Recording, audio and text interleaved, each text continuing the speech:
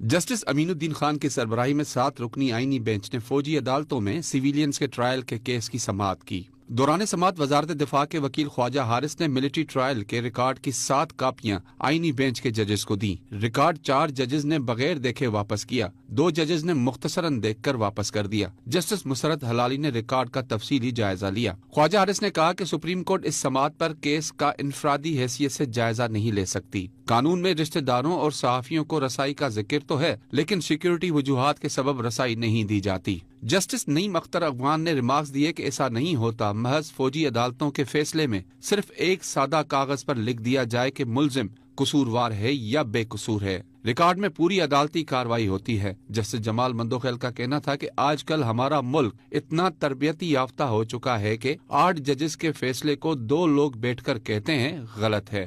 Justice مسرت ہلالی نے remarks دیے کہ ہم کوئی سوال کرتے ہیں تو آپ تھوڑی سی تفصیل تو بتائیں، ہمیں ایک بے لگام معاشرے کا سامنا ہے۔ جسٹس امین الدین خان نے کہا کہ ہم ٹرائل کو متاثر نہیں ہونے دیں گے۔ جسٹس جمال مندوخیل کا کہنا تھا کہ انصاف صرف ہونا نہیں چاہیے بلکہ ہوتا ہوا نظر بھی آنا چاہیے۔ جسٹس حسن اظہر رضوی نے ریمارکس دیے کہ 9 مئی واقعات بظاہر سیکیورٹی آف اسٹیٹ کا معاملہ نہیں لگتا۔ کیا یہ ممکن نہیں یہ تمام ریکارڈ پبلک کر دیا جائے تاکہ عوام ان ملزمان کی مذمت کر سکے؟ ملزمان نے جو کارنامے سر انجام دیے ہیں وہ عوام میں بے نقاب ہونے چاہیے، جس پر وکیل خواجہ حارث نے کہا یہ تو اتھارٹیز نے طے کرنا ہے۔ جسٹس جمال مندوخیل نے کہا کہ نہ مجھے کوئی شک ہے نہ اعتراض، سوال یہ ہے کہ ملٹری کورٹس میں ٹرائل کرنے والے کون ہیں؟ کیا آرٹیکل 175 کے تحت ملٹری کورٹس کے قیام کے لیے گنجائش رکھی گئی ہے؟ خواجہ حارث کا کہنا تھا کہ اگر عدالت اس طرف جائے گی تو اب تک ملٹری کورٹس کے قیام سے متعلق جتنے بھی فیصلے دیے گئے ان پر نظر ثانی کرنا پڑے گی۔ آئین میں آئین و قانون کے تحت عدالتوں کے قیام کا ذکر ہے۔